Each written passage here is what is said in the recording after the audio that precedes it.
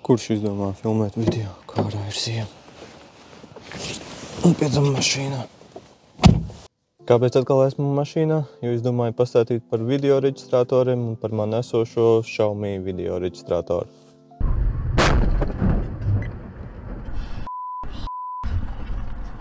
Bet kas tad ir video reģistrators? Nu, pa lielam tā ir kamera. Tikai ar papildus funkcionalitāti, piemēram, GPS, cikliskā ierakstīšana, sadursmju detektēšana un vēl citas, par ko pastāstīšu vēlāk. Tā pārsvarā ir paredzēta uzstādīšanai uz transporta līdzekļiem, protams, var arī izmantot citur, bet tātad pamatā ir domāta, lai fiksētu notiekošo jums priekšā uz ceļa. Tātad tā derēs kā pierādījums ceļa satiksmes negadījumā. Vēl nesen kaut kur sociālajos tīklos redzēju ierakstu, ka meklē acu lieciniekus, vai tiešām viņš brauca pie zaļās gaismas vai nebrauca, bet ja jums būtu šāds video reģistrators, tad jau jums būtu neapgāžami pierādījumi. Un arī Latvijā šos drīkst izmantot, nekas papildus nav jāreģistrē un tas der kā pierādījums. Man iepriekš ir bijušas arī lētā gala kameras, bet tām ir problēma, kad ir ļoti zema izšķirtspēja, līdz ar to arī video kvalitāte ir ļoti zema un daudz detaļas nav iespējams saskatīt. Un pats galvenais diennakts tumšajā laikā tā praktiski vispār ir nelietojama.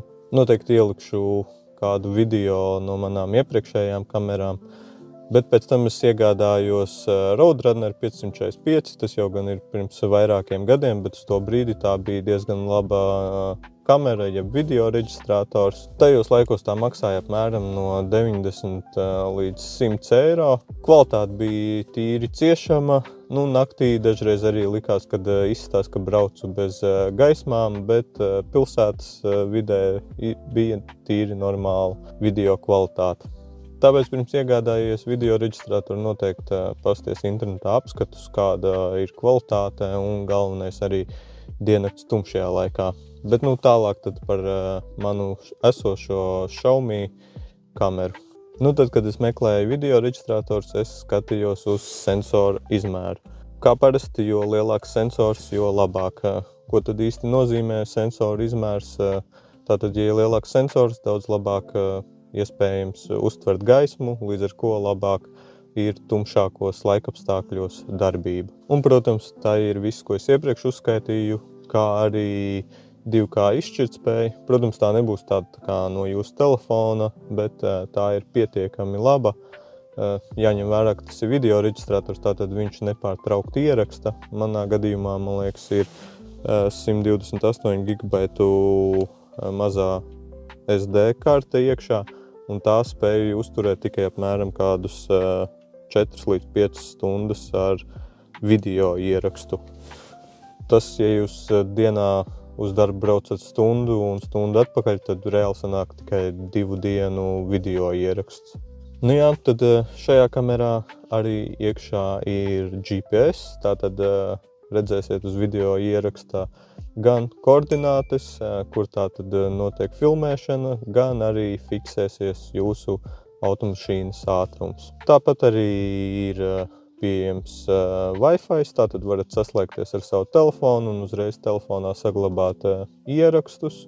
Ir arī mazi iebūvēta baterija, kas gan nav paredzēta, lai kaut kur ārpusē filmētu. Viņai ir tikai pārdesmit minūtes spēja veikt video uzņemšanu. Tā ir vairāk tad, kad mašīna tiek noslāpēta, elektropadeve atslēdzas, un tad, lai viņi uzreiz neizslēgtos un nesabojātu video ierakstus. Un arī ir iespēja viņu uzstādīt kā savu veidu apsardzi mašīnai, bet tādā veidā būs nepieciešams integrēt ar mašīnas elektrotīklu, lai būtu visu laiku elektropiegāde, jo kad viņa detektētu kaut kādu kustību, piemēram, sitienu pa mašīnu, viņa ieslēgtos un sāktu uzņemt video.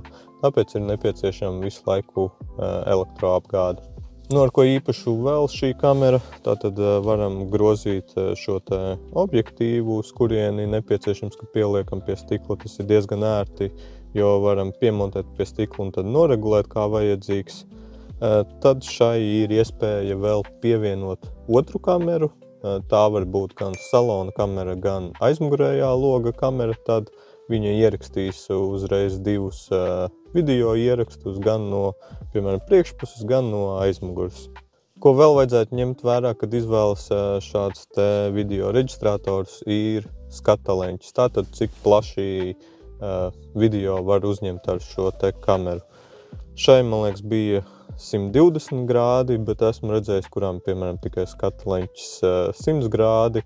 Tad, ja jums mašīna ir diezgan īsa, var sanākt, ka pašu priekšu tikai nofilmēs un nebūs tā kā vairāk uz sāniem vērsts video uzņēmums un neredzēs, piemēram, kad ap rata vietu, piemēram, kāds iebrauc jūsu mašīnā. Jāsaka, laikam, ka par laimi līdz šim man video reģistrators nav šādā veidā noderējis. Kaut kādus video ar zvēriem, kas skrien pār ceļu, esmu noķēris vai kaut kādas jau notikušas avārijas, bet jā, tad man pašam nav sanācis iekulties avārijā vai arī nofilmēt kādu priekšā notikušu avāriju.